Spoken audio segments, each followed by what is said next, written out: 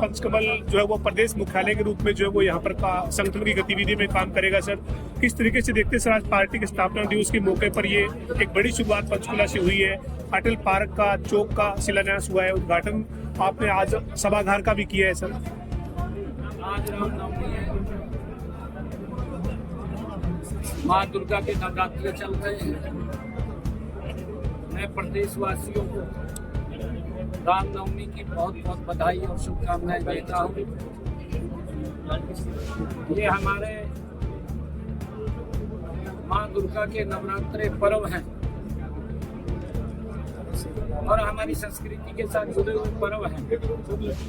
भगवान श्री राम के चरणों में मैं प्रार्थना करता हूँ कि हमारा हरियाणा प्रदेश विकास की नई ऊंचाइयों को, बुलंदियों को छुए।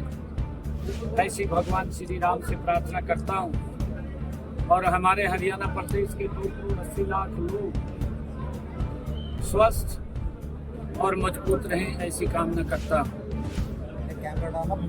आज पार्टी का 46वां स्थापना दिवस, मैं पार्टी के स्थापना दिवस पर हरियाणा प्रदेश के कोटि कोटि कार्यकर्ता को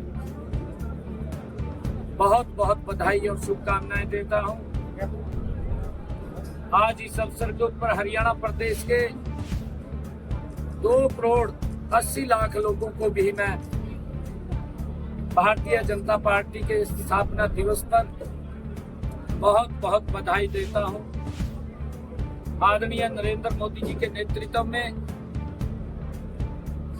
ये भारत गति से आगे बढ़ रहा है और हमारे अटल बिहारी वाजपेयी जी ने जब 6 अप्रैल 1980 को पार्टी की स्थापना हुई, अटल बिहारी वाजपेयी जी इसके प्रथम अध्यक्ष बने। जनसंघ के बाद जब भारतीय जनता पार्टी के रूप में पार्टी का गठन हुआ, अटल बिहारी वाजपेयी जी प्रथम अध्यक्ष बने और उन्होंने जो संघर्ष किया, कोटि कोटि कार्यकर्ताओं की जो तपस्या थी, आज उसका परिणाम है कि भारतीय जनता पार्टी एक वट के वृक्ष के रूप में देश के लोगों को छांव देने का काम कर रही है। ये अटल बिहारी वाजपेयी जी ने जब एनडीए का भी गठन किया, अपने सभी एनडीए के सहयोगियों को साथ लेकर के भारतीय जनता पार्टी देश को नई बुलंदियों के ऊपर ले जाने का काम कर रही है, आदरणीय नरेंद्र मोदी जी के नेतृत्व में। आज पंचकुला में पार्टी के स्थापना दिवस के अवसर पर हमने यहाँ पर जो हमारा अटल मार्ग है, अटल मार्ग और उसके साथ ही अटल पार्क, जिसमें अटल बिहारी वाजपेयी जी की स्मृतियों जो यहाँ पर देखने के लिए आएंगे, उनको उनके जीवन के बारे में, उन्होंने जो जो संघर्ष किए हैं वो यहाँ पर देखने को और उसको जानने को मौका मिलेगा। अटल जी की बड़ी प्रतिमा यहाँ पर लगेगी, उसका शिलान्यास हुआ है। अटल पार्क और प्रतिमा और भारतीय जनता पार्टी कार्यालय पंचकमल के बीच में अटल चौक, उसका भी शिलान्यास हुआ है। आज मुझे गर्व है कि आज अटल सभागार का भी उद्घाटन हुआ है। मैं इन सबकी पार्टी के तमाम कार्यकर्ताओं को बहुत बहुत बधाई देता हूँ, शुभकामनाएं। सीएम साहब, पार्टी के स्थापना दिवस के अगले सप्ताह में ही जो वो देश के प्रधानमंत्री आ रहे हैं सर, हरियाणा को 2 बड़ी सौगात देने के लिए यमुनानगर और हिसार एयरपोर्ट पर पहुंच रहे हैं सर। लेकिन इस बीच सर विपक्ष के सांसद जयप्रकाश ने ये बात कही थी कि हिसार एयरपोर्ट से कोई फ्लाइट नहीं उड़ेगी, लेकिन अब अयोध्या की फ्लाइट, पहली फ्लाइट जो है वो उसका हरी झंडी दिखाने के लिए पीएम साहब आ रहे हैं सर। क्या कहेंगे विपक्ष ने जो कहा था उस पर और ये पीएम का जो कार्यक्रम? कल हिसार में भी प्रेस के बंधुओं ने इस बात को पूछा था जी। मैंने जयप्रकाश जी को आमंत्रित किया है, वो आवेश में आ जाते हैं। क्योंकि आवेश में इसलिए आ जाते हैं, मोदी जी तो काम कर रहे हैं, देश को आगे बढ़ा रहे हैं, परंतु कांग्रेस में ऐसा नहीं प्रचलन था। उनको तो ऐसा लगता है जी झूठ बोलते जैसे मैं झूठ बोलता था।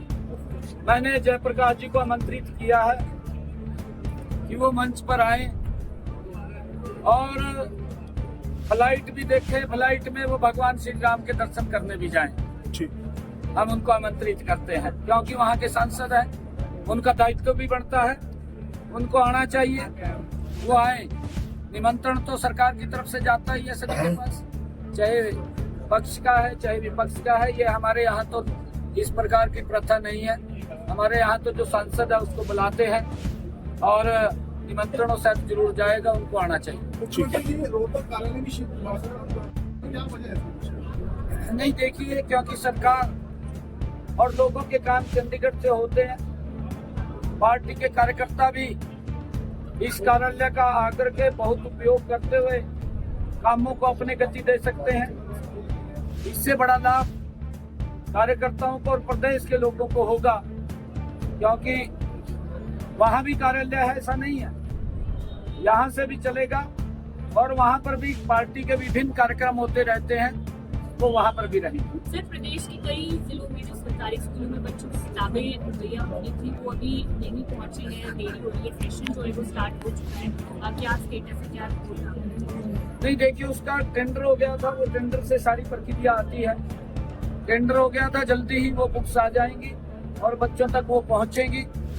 हमने इस बात को भी सुनिश्चित किया है कि जो प्राइवेट स्कूल्स के अंदर बच्चे वहाँ किताबें वो लेते हैं, किसी के साथ भी वो अन्याय ना हो, किसी को भी किताबों की आड़ के अंदर उनका शोषण ना हो, उसका भी ध्यान रखा जाए। सीएम साहब आज जो है वो रणदीप सुरजेवाला ट्वीट कर रहे हैं, कांग्रेस के कई नेता ट्वीट कर रहे हैं, कह रहे हैं कि नायब सिंह सैनी मुख्यमंत्री ने गारंटी दी थी हरियाणा के युवाओं को रोजगार की, लेकिन अब HKRN से टीचर्स को अलग अलग सिंचाई विभाग में अलग अलग जगह पर जो हटाए जा रहे हैं, नोटिस दिए जा रहे हैं, हटा भी दिए सर कई कर्मचारी HKRN से। इसकी वजह क्या है सर? आपने बात की विभाग से, कोई समीक्षा की? ऐसा नहीं है। रणदीप सुरजेवाला कल भी मैं देख रहा था, वो ट्वीट पे ट्वीट करी जा रहे हैं जी।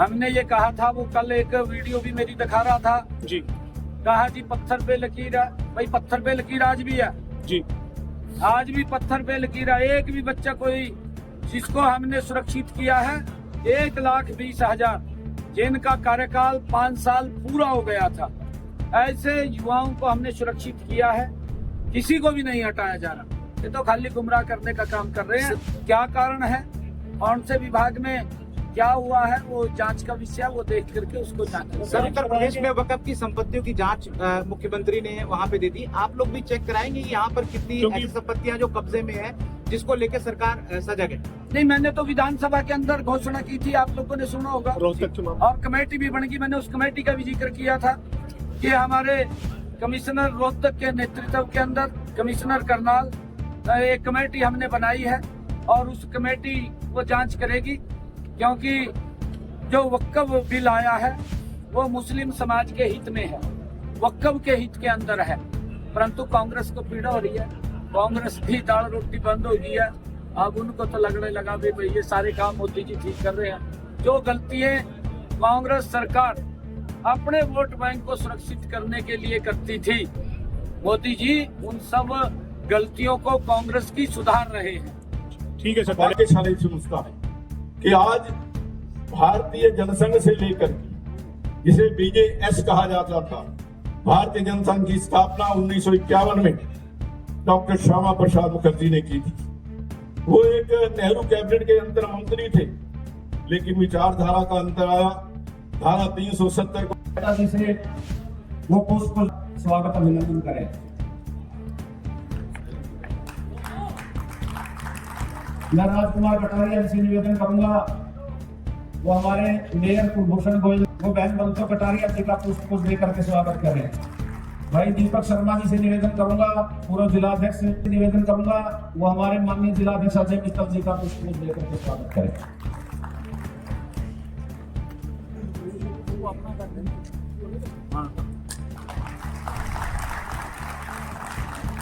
रामनवमी है, रामनवमी की भी आप सबको बहुत बहुत बधाई। और इस